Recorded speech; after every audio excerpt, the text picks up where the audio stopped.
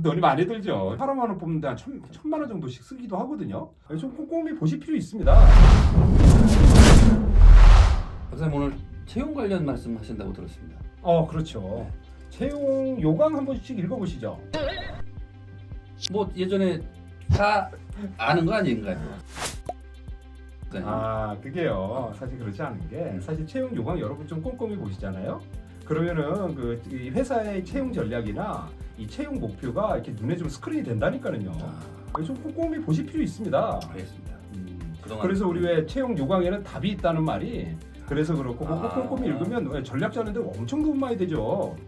말씀 잘 들었고요. 그러면 네. 제일 먼저 확인해야 될 사항 있을 거 아니에요? 그렇죠. 물론 채용 목표인데 채용 목표 두 가지가 있잖아요.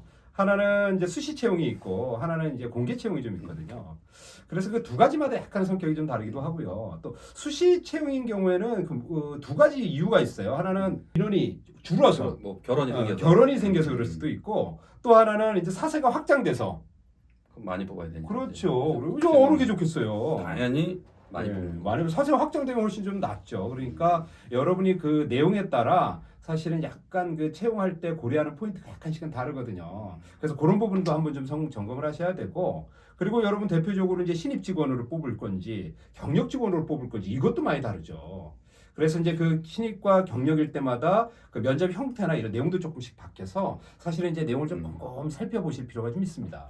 알겠습니다. 그러면 우리가 이제 채용 공고를 보면 뭐 공공명, 공공명 있는 그대로 다 뽑는 건 맞나요? 그게 그렇죠. 그러니까 공공이면은 그게 최대 99명이잖아요. 그렇죠. 0이면 9명일 거고.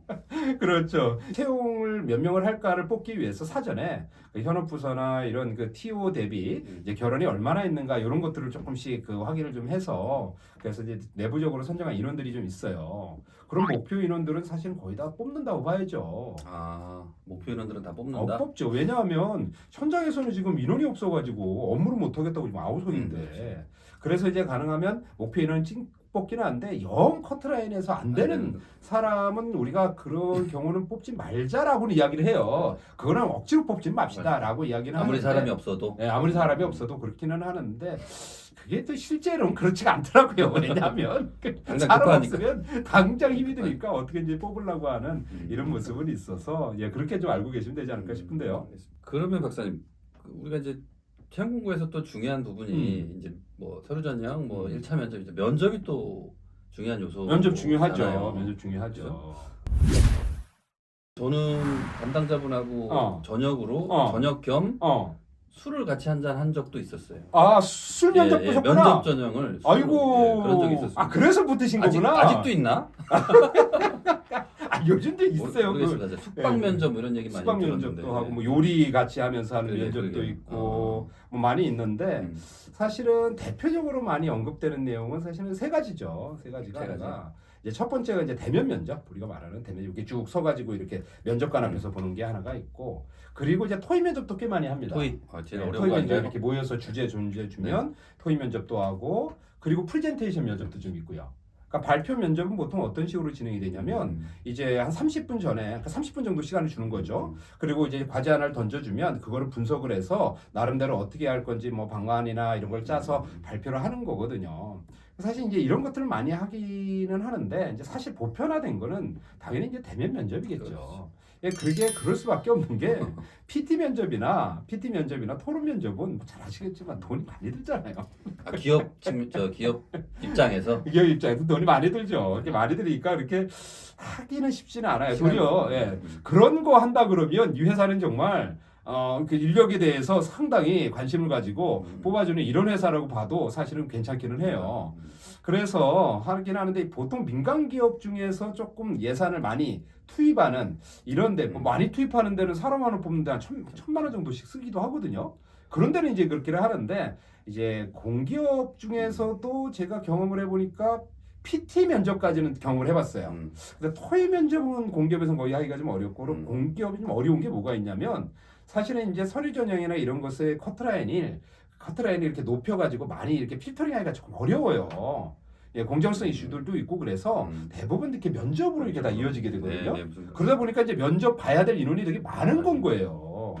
이런 어려움은 좀 있었어요. 대면 면접할 경우에 그런 유형이 또 여러 개가 있을 거 아니에요. 그렇죠. 대면도 그렇죠. 뭐 이게 면접관이 있고 지원자가 있잖아요. 네.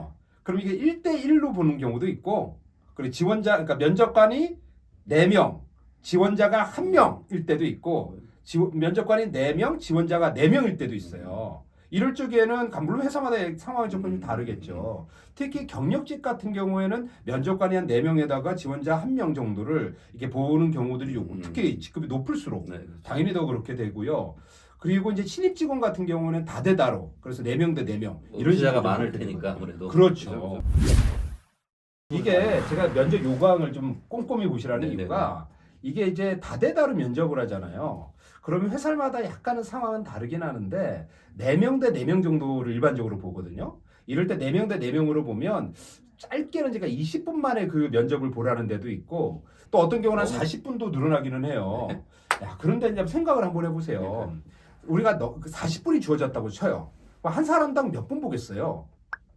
당연히 4로 나누면 한 사람당 10분이 주어지잖아요. 그 10분을 몇 명이 물어보는 거예요? 4명이 물어봐요. 4명이 물어보는 거예요. 그러면 한 사람당 몇 분이 되는 거예요? 그렇죠. 한 2.5 2.5분 정도 되는 거란 말이에요. 그래서 사실 여러분이 그걸 보면 우리 왜 꼬리 질문 하면서 이렇게 심층 질문을 해나가는 상황들이 좀 존재하잖아요. 그런데 이제 심층 질문을 좀 하기가 현실적으로 좀 어려워요. 그래서 이제 공개 면접을 보실 때는 공기업의 경우에는 이렇게 내용들을 가만히 좀 살펴보셨을 땐 이렇게 조금 더 시간이 좀 풀하게 여유 있게 되는지 짧게 되는지 이런 거에 따라 내가 답변을 이제 포인트 있는 것들을 조목조목 해야 되는 것은 생각을 좀 해봐야 되는 전략을 좀 거죠. 달리해야 된다 이런 말씀이신 거죠. 맞습니다. 많은 얘기를 해주실 것 같은데 시간이 또 제한돼 있다 보니까 그런가요? 이제는 또 정리를 한번 또 해주시면 아, 그래요. 면접으로 이렇게 보면 1.5배수 정도, 뭐 많게는 2배수 정도를 뽑거든요. 왜냐하면 합격을 하고도 이제 안 오는 사람들이 있는 거예요. 그래서 그럴 적에는 또 현장에서는 또 인원이 많이 필요하고 하니까 1.5배나 2배수 정도를 좀 뽑으니까 여러분들 염두에 두시고 좀 진행을 하시면서, 오늘 여러분하고 이제 이야기를 나누고 싶었던 거는 채용 요강 속에 답이 있다라고 말씀을 드릴 수 있었던 것이, 이제 채용 요강에 어떤 내용들이 있는지를 좀 조목조목 살펴보시면서 회사에서는 어떤 나름대로 목표와 전략과 채용에 대한 관점을 표현하고 있는지를 좀 살펴보시고 여러분이 그 대응할 수 있는 이런 전략을 좀 짜신다면 큰 도움이 되지 않을까 싶습니다. 아, 답을 찾으셨죠? 여기까지 오늘 마치겠습니다. 감사합니다. 네, 고맙습니다. 고맙습니다.